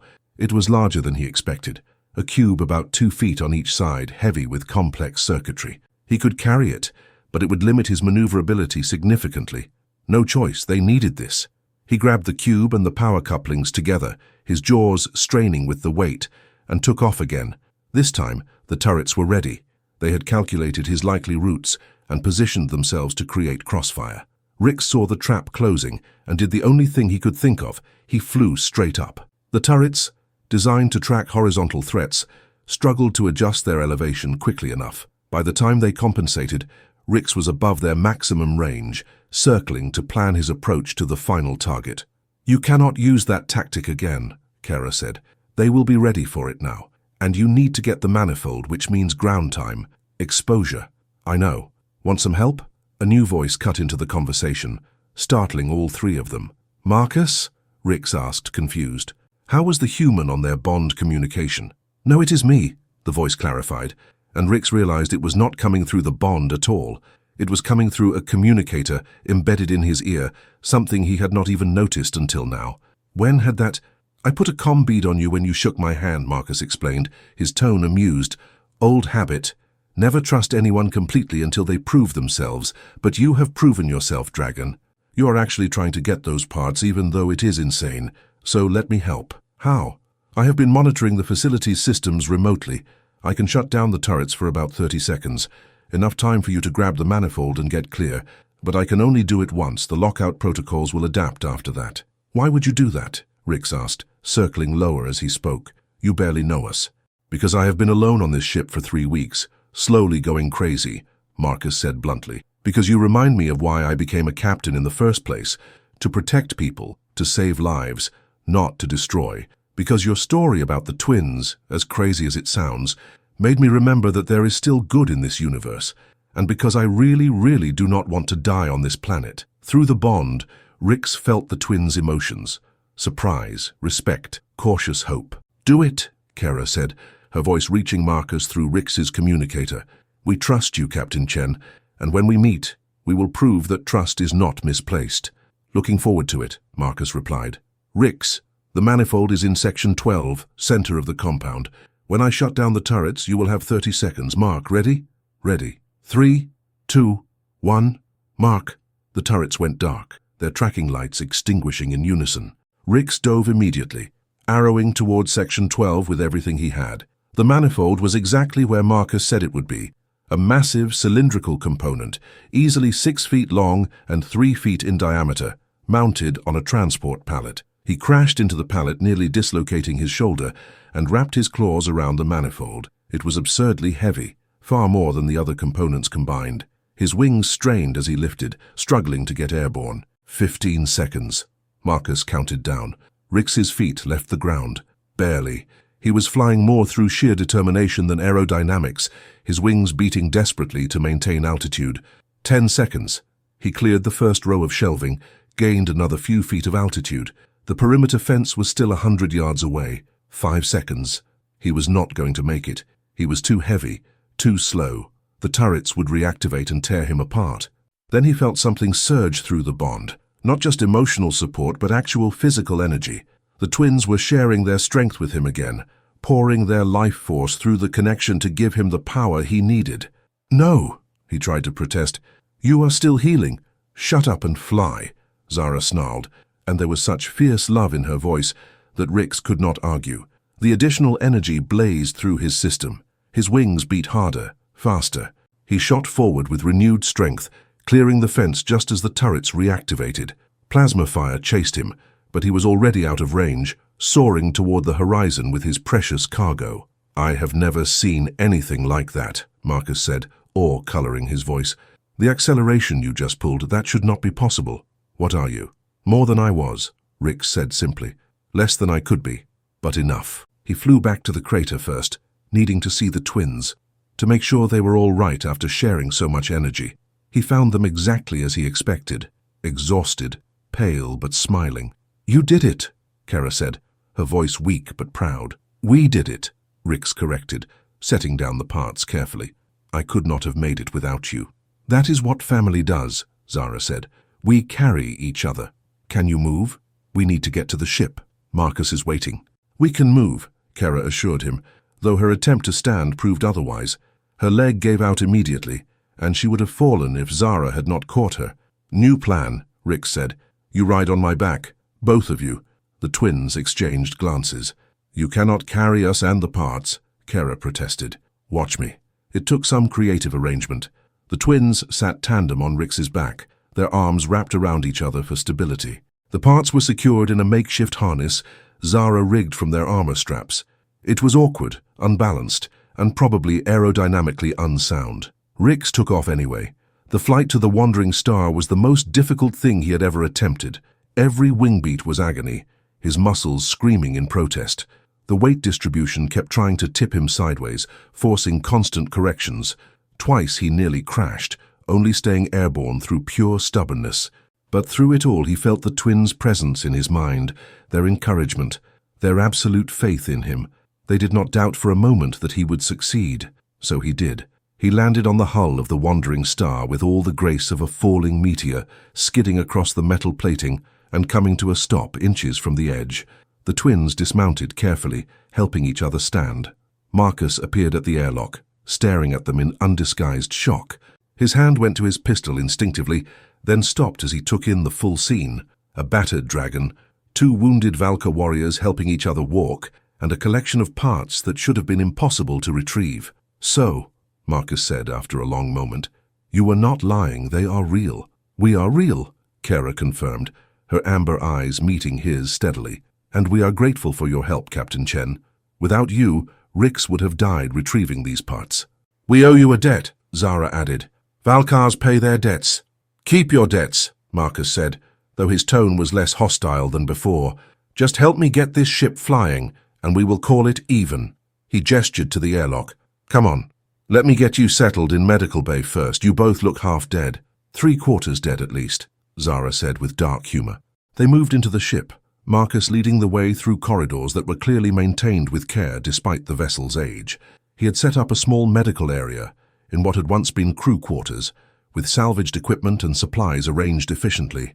"It is not much," Marcus admitted, "but it should help. I am not a doctor, but I have kept myself alive this long." Kara sat heavily on one of the medical beds, her exhaustion evident. "You have done well, Captain. This ship is a credit to your care." "She deserves it," Marcus said simply. "She saved my life more times than I can count." He turned to Rix. "Can you help me unload the parts? We need to start work immediately if we are going to make the deadline." "Of course." They worked through the night and into the next day, sleeping in shifts, eating when they remembered. Marcus proved to be a brilliant engineer, his hands sure and steady as he guided Rix through the complex process of installing the new components.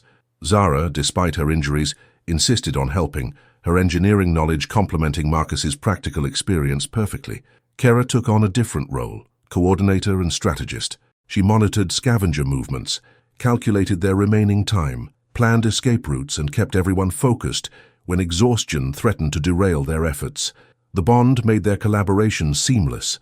Rix could relay information instantly, could feel what the twins needed before they asked, could share Marcus's instructions with perfect clarity. It was as if they had been working together for years instead of days. On the second day, Marcus took a break from the hyperdrive installation to check on their overall progress. His expression was grim as he studied the diagnostic readouts. "We are not going to make it," he said flatly. "Even working at this pace, we need another 4 days minimum. The bombardment starts in 48 hours. There has to be a way," Zara insisted. "There is," Kara said quietly. All eyes turned to her. "We bypass the full repair. Get the bare minimum working. Engines, life support, basic navigation. Forget about weapons, shields, comfort systems.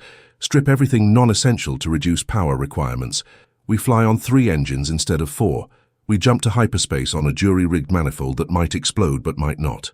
"That is insane," Marcus said. "We are insane," Rix pointed out. "It fits."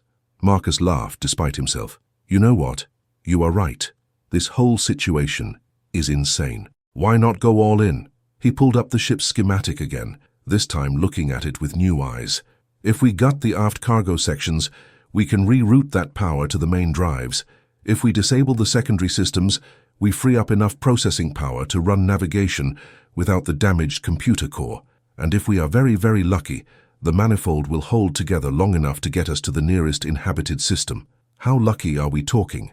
Zara asked. 50-50. I have survived on worse odds, Kara said. Same, Zara agreed. Marcus looked at Rix. Dragon? I was supposed to die alone in the wilderness, Rix said. I was supposed to be nothing. Instead, I have a family, a ship, and a chance at freedom. Whatever happens, it is more than I deserved. Then it is settled, Marcus said, clapping his hands together. We have 48 hours to pull off a miracle. Let us get to work. They worked without stopping, fueled by determination and desperation in equal measure. The twins recovered enough to do light work, their healing accelerated by the bond and their own Valkar resilience. Marcus proved to be tireless, his 43 years of experience shining through in every decision, and Rix discovered that he was stronger than he had ever imagined. Not just physically, though his enhanced body could lift components that would have crushed his old self, but mentally, emotionally. He could push through exhaustion, could focus through pain, could coordinate 3 different perspectives at once through the bond. With 6 hours remaining, the main engines came online. The reactor surged to full power for the first time in weeks, and the wandering star shuddered with new life. With 3 hours remaining, they completed the hyperdrive jury rig. It looked like a disaster waiting to happen. Components held together with improvised brackets, power conduits that glowed ominously, a manifold that made concerning noises when energy flowed through it. But it functioned, barely. With 1 hour remaining, they finished the final connections. Marcus ran a complete systems check, his face tense. Green lights began to appear on the diagnostic board, one by one. Engines, life support, navigation, hyperdrive. We are ready, Marcus said, and there was wonder in his voice. We actually did it. Through the bond, Rix felt the twins' joy, their pride, their love. They had done the impossible. Together. Then let us leave, Kara said, before this planet becomes a tomb.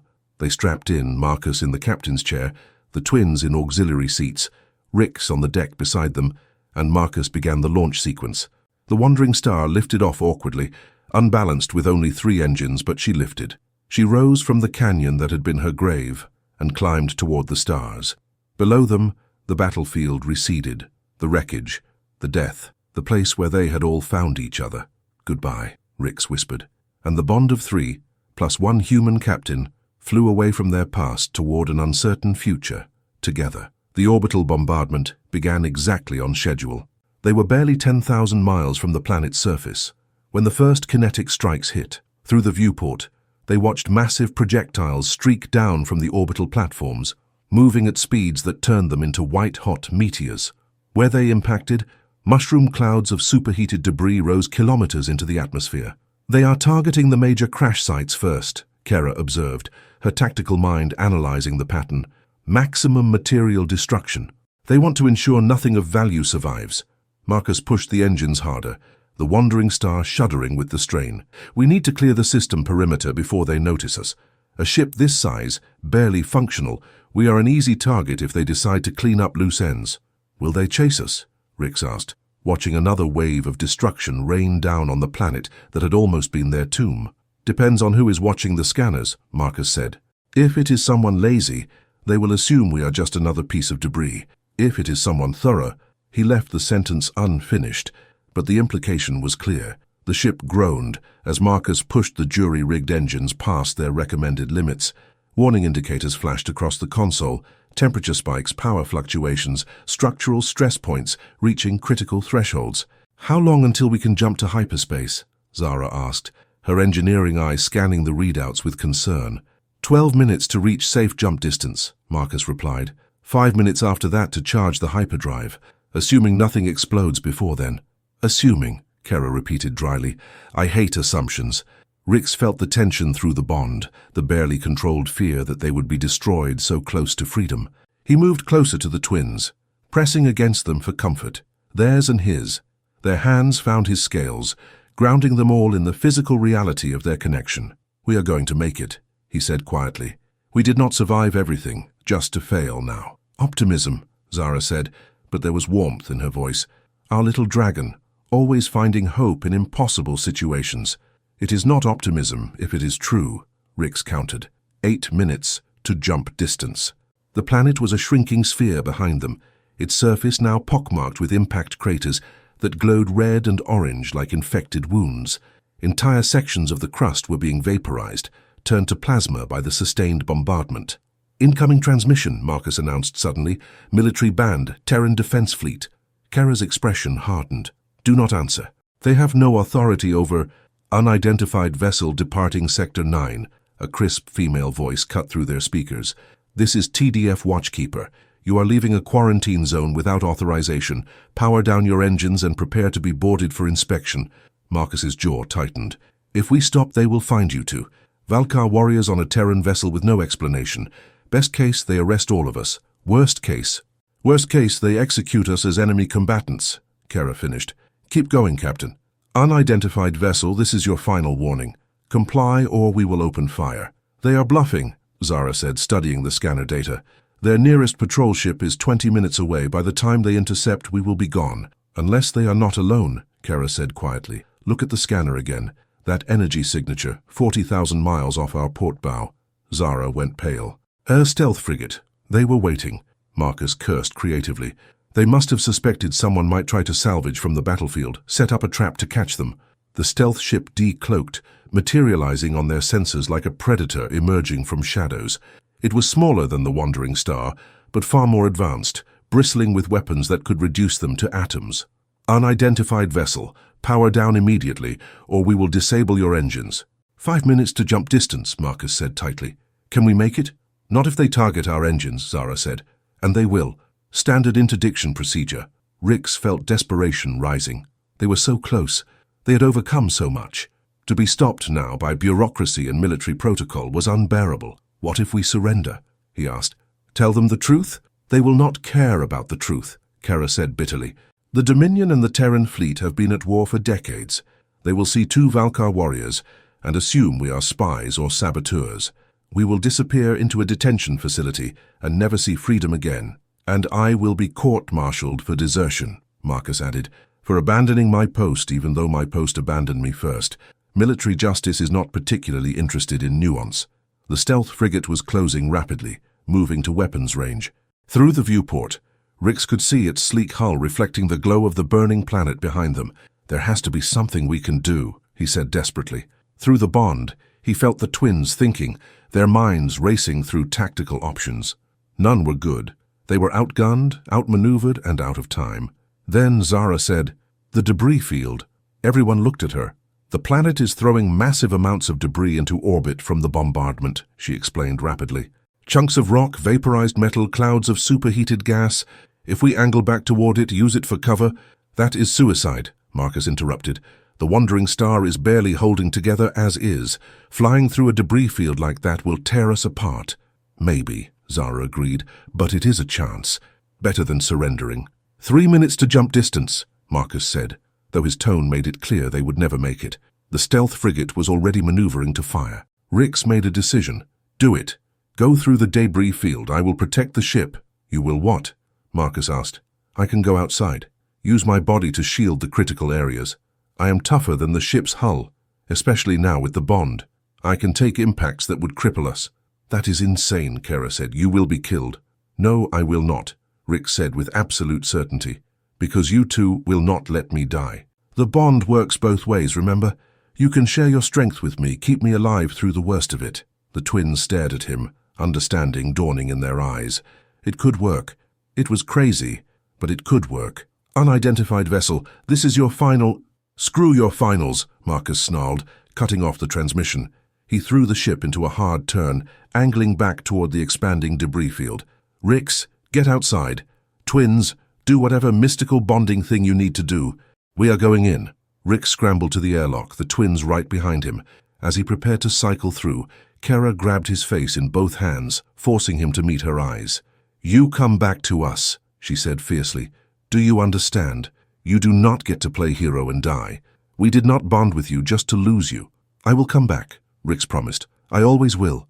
Zara kissed the top of his head, a gesture so tender it made his chest ache. "We love you, little dragon.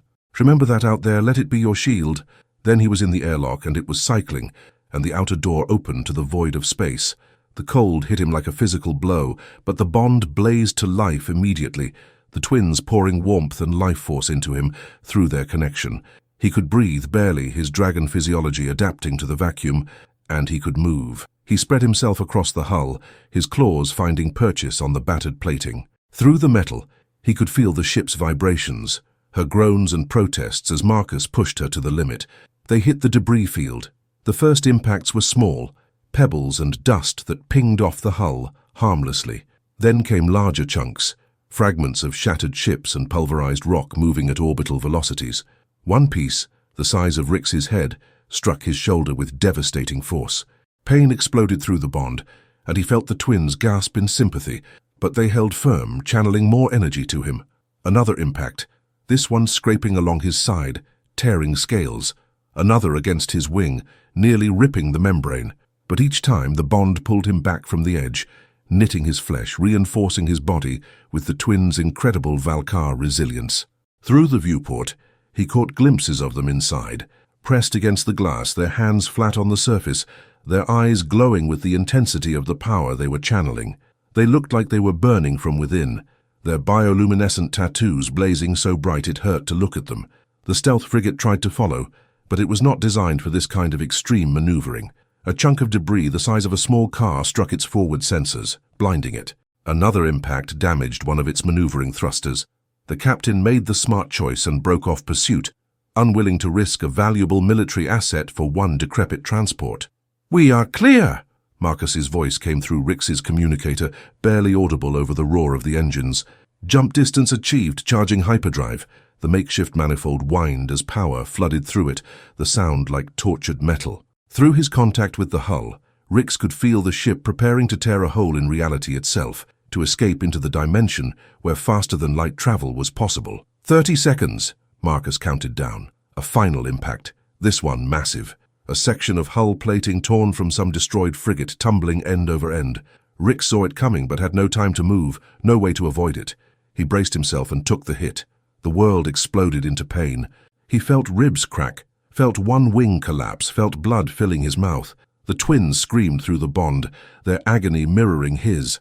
But they held on. They did not let go. They poured everything they had into keeping him alive. 10 seconds. Rix's vision was going dark. His grip on the hull was weakening. He was going to fall, going to be lost in the void. Then he felt hands. Impossible in the vacuum of space, but he felt them. Kara and Zara, their presence solid and real in the bond, reaching through dimensions of connection to literally hold him, to anchor him. "You do not get to leave us," Kara's voice, fierce even through the bond. "Hold on, just hold on. 5 seconds. We love you," Zara said. "Our dragon, our family, our everything. Hold on." Reality twisted. The universe folded in on itself. And the wandering star with her impossible crew slipped into hyperspace like a ghost fleeing the dawn. Rix woke in the medical bay, wrapped in bandages that were already soaked through with blood. His entire body was one massive bruise, punctuated by areas of sharp, specific agony, where bones had broken or organs had been crushed. But he was alive. The twins sat on either side of him, holding his claws. They looked terrible, pale, exhausted, their tattoos dim. But they smiled when they saw his eyes open. "Hello, hero," Zara said softly. "Told you I would come back," Rix managed, his voice a rasp. "You did," Kara agreed. "You magnificent, insane, beautiful idiot. You saved us all." Marcus appeared in the doorway, looking almost as worn as the twins. "We are in hyperspace. 5 days until we reach the Fringe. The ship is barely holding together. The manifold is making sounds that violate physics, and we have approximately 0 supplies. But we are alive, and we are free." "Worth it," Rix whispered. "Yeah," Marcus said, and his smile was genuine. "Yeah, it was worth it." The twins tightened their grip on his claws. Through the bond, Rix felt their emotions. Relief, love, pride, and something else. Something fierce and protective and permanent. He had a family, not the one he had been born into, but the one he had chosen. The one that had chosen him. And together they were heading into the unknown, into a lawless territory where only the strong survived. But Rix was not worried. Strength came in many forms, and they had the kind that mattered most. They had each other. "Rest now," Kara said gently. "We have 5 days before the real adventure begins. Recover your strength. We will need you. We always need you," Zara added. "Our dragon, our heart." Rix closed his eyes, letting the warmth of the bond carry him back into healing sleep. His last conscious thought was one of gratitude, for the twins who had saved him, for Marcus who had given them a chance, for the impossible series of events that had brought them all together. He had been exiled as the weakest of his kind, but he had become something far greater. He had become loved, and that, he thought as sleep claimed him, was the greatest power of all. The Fringe was everything they had been warned about, and nothing they expected. The wandering star dropped out of hyperspace near Outpost Kess, a ramshackle station built from decommissioned colony ships and salvaged station modules. It orbited a dead world, its atmosphere stripped away millennia ago by solar radiation. The perfect place for those who did not want to be found. "Welcome to paradise," Marcus said dryly, guiding the ship toward the docking berths, "where the authorities do not care what you have done, only whether you can pay your docking fees." Rix, mostly recovered from his injuries thanks to 5 days of constant healing through the bond, pressed against the viewport to get his first look at their new home. The station was massive, easily 5 miles across, and chaotic. Ships of every configuration imaginable clustered around it like remora on a shark. Some were pristine military surplus, others were barely flying scrap heaps held together by prayer and bad welding. "How many people live here?" he asked. 50,000, maybe more, Kara said. She had been researching the Fringe during their journey, absorbing every scrap of information she could find about this lawless territory. Outpost Kess is one of the larger free stations. No central government, no unified law enforcement. Each district is controlled by different factions, merchant guilds, mercenary companies, crime syndicates. They maintain a fragile peace through mutual economic interest. "And if someone breaks that peace?" Zara asked. "They get spaced," Marcus said bluntly. "Literally, thrown out an airlock without a suit. The Fringe does not have prisons. You contribute or you die. Simple economics." "Brutal," Rix observed. "Honest," Marcus countered, "which is more than I can say for most of civilized space." They docked at a mid-tier berth, expensive enough to avoid the most dangerous districts, but not so expensive as to attract unwanted attention. Marcus paid the fees with the last of his military savings, wincing at the cost. "We need work," he said as they gathered in the ship's common area. "Fast. These fees are daily, and we burn through most of our supplies getting here. We have maybe a week before we are broke." "What kind of work?" Rix asked. "The kind that people like us are qualified for," Kara said. "Security, transport, enforcement. The Fringe always needs people who can fight and fly." "Mercenary work," Zara clarified. "It is what we know best anyway." Marcus nodded. "I will make some inquiries. In the meantime, we should establish ourselves. Get IDs registered with the station authority, such as it is. Find out who runs what around here. Learn the power structures. And we need to be careful," Kara added. "The Dominion and the Terran fleet both have informants in the Fringe. If word gets out that there are 2 Valkar deserters and a Terran captain traveling together, there will be questions. Dangerous questions." "Then we do not advertise," Marcus said. "We keep our heads down, take small jobs at first, build a reputation slowly. The Fringe respects competence and discretion. Give them both, and no one will care about our past." They spent the next 3 days learning to navigate their new reality. Marcus proved to be an excellent guide, his military experience translating well to the Fringe's harsh logic. He taught them the unwritten rules. Never show weakness, always pay your debts, never make promises you cannot keep, and above all, never ever cross the station masters. Rix found the adjustment challenging. As a dragon, he attracted attention wherever he went. People stared, whispered, sometimes openly pointed. Dragons were rare in the Fringe, and a small one traveling with 2 Valkars and a human was unusual enough to generate rumors. But the twins handled it with grace. They walked with the confidence of elite warriors, daring anyone to comment, and when someone inevitably made the mistake of threatening them, a drunk pirate in a bar who thought 2 females would be easy prey, Kara dislocated his arm with a casual efficiency that left witnesses stunned into silence. After that, the rumors changed. The bond of 3, people started calling them. the strange crew that did not fit any category, but commanded respect through sheer presence. Their first job came on the fourth day. A merchant needed cargo transported through a contested sector, one where pirates had been hitting convoys regularly. Most crews were refusing the run. Marcus saw opportunity. "We are desperate enough to take the risk," he said. "And honestly, with you three as security, I think we have better odds than most." The run should have been routine, but 15 hours in, they were intercepted by a pirate corvette. "This is Reaver Captain Voss." A gravelly voice came over their communications. "Heave to and prepare to be boarded. Surrender your cargo and you live. Resist and you die." Simple choice. Marcus looked at the twins.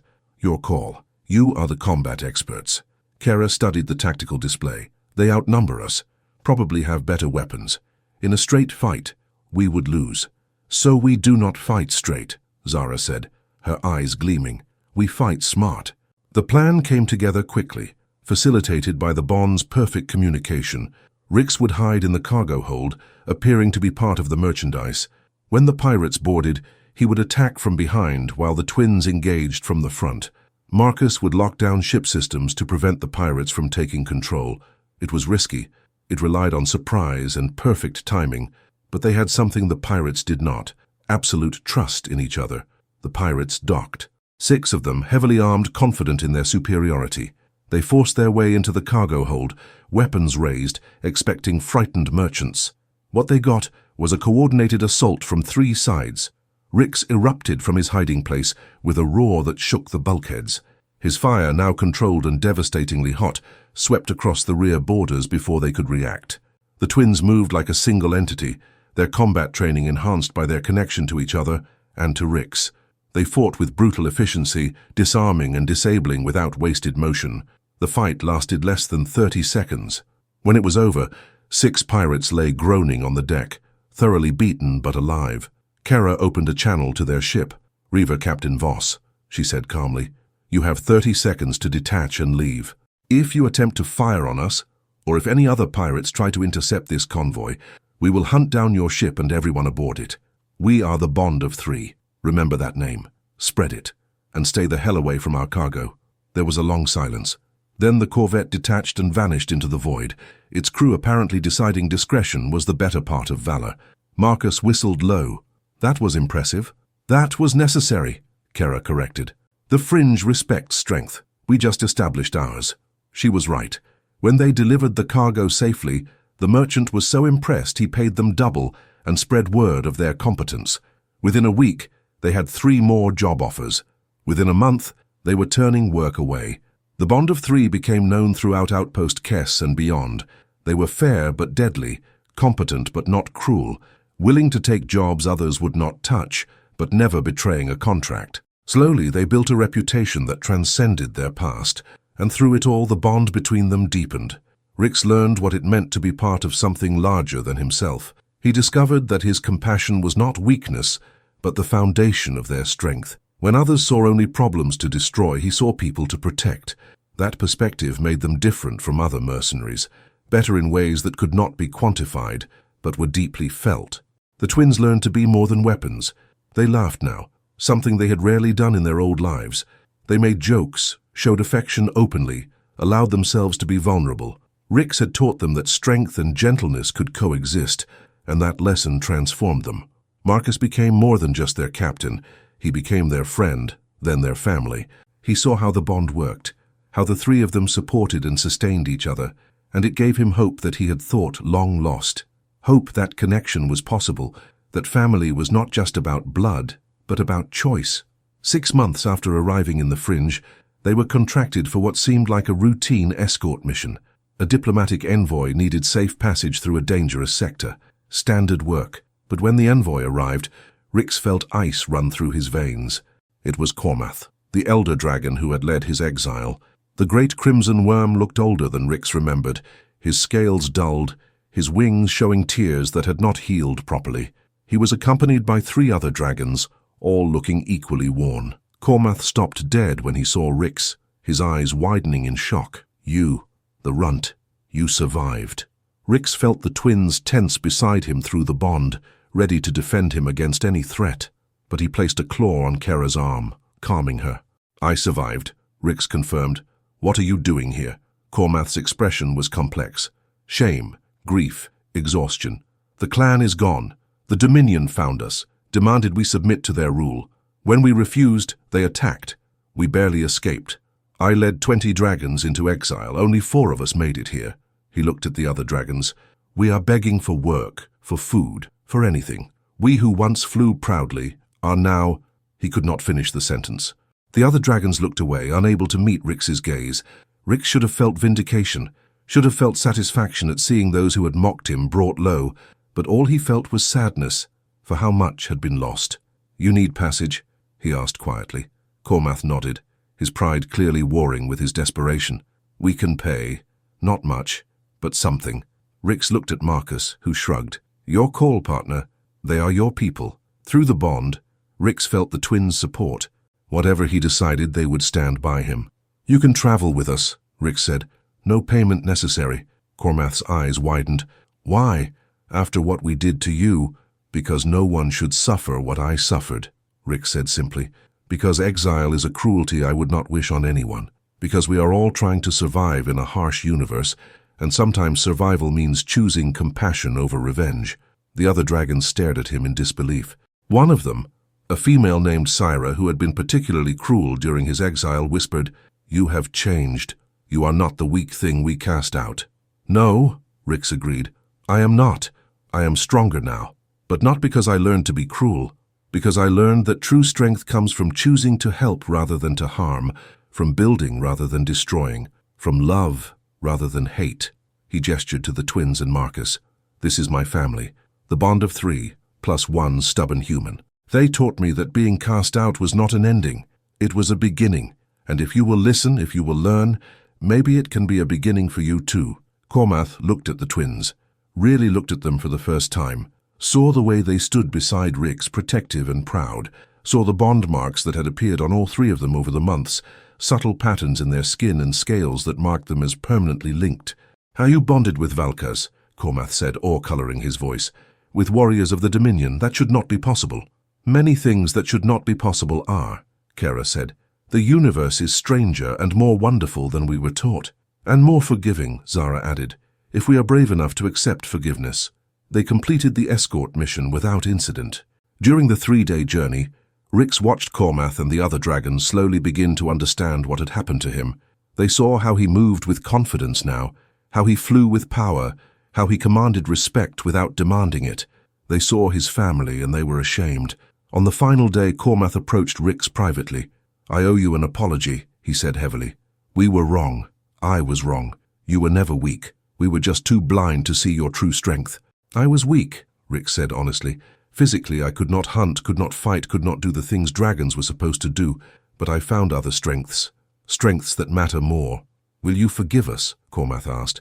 I know we do not deserve it, but I already have, Rix said. Carrying anger would only hurt me. I choose to let it go. Cormath's eyes filled with tears, something Rix had never seen from the proud elder. Thank you. And if you ever need anything at all, you need only ask. We are in your debt. Then pay that debt forward, Rix said. Help others who are struggling. Show compassion to those who seem weak. Break the cycle that led to my exile and your suffering. Cormath bowed deeply, a gesture of profound respect. We will. I swear it. When they parted ways, Rix felt something lift from his heart. The wound of his exile, which he thought would always hurt, had finally healed. That night, back on the Wandering Star, the twins curled up with Rix in the common area. Marcus was at the helm, humming tunelessly as he plotted their next course. You could have made them suffer, Kara said softly. You had every right. Rights do not matter as much as choices, Rix replied. I chose forgiveness because it was what I needed, not what they deserved. You are wiser than you know, little dragon, Zara said, pressing her forehead against his. How you teach us every day what it means to be truly strong. We teach each other, Rix corrected. That is what family does. Through the viewport, the stars streamed past. Infinite possibilities in an infinite universe. Somewhere out there were more contracts, more adventures, more challenges, but also more opportunities to make a difference, to help those who needed it, to show that strength and compassion were not opposites, but partners. What do you think comes next? Rix asked. Whatever it is, Kara said, We face it together. Always together, Zara agreed. From the cockpit, Marcus called back, "Got a message from a colony in the Outer Rim. They are having trouble with raiders. Needs a crew willing to help defend some farmers. Pay is not great, but they sound desperate." The twins looked at Rix, letting him decide. He thought about farmers being terrorized, about people who could not defend themselves, about the choice between profit and compassion. "Tell them we are on our way," he said. Marcus laughed. "Knew you would say that. Plotting course now." Rix settled more comfortably between the twins, feeling their warmth, their love, their absolute certainty in him and what they had become together. He had started as the smallest dragon, the weakest flame, cast out and left to die. But he had become something no one could have predicted, not through violence or domination or the traditional paths to power, but through compassion, through choosing to save rather than destroy, through building bonds that transcended species and circumstance. He had become the heart of something new, something that proved the universe was not just about survival of the strongest, but about survival of those who cared enough to protect the weak, who chose love over hate, who refused to abandon hope even in the darkest moments. He had become exactly what he was always meant to be. And as the wandering star jumped to hyperspace, carrying the bond of three toward their next adventure, Rix closed his eyes and smiled. He was home, not a place, but a feeling, not a destination, but a journey shared with people who loved him. He was home, and he was finally, completely, perfectly free,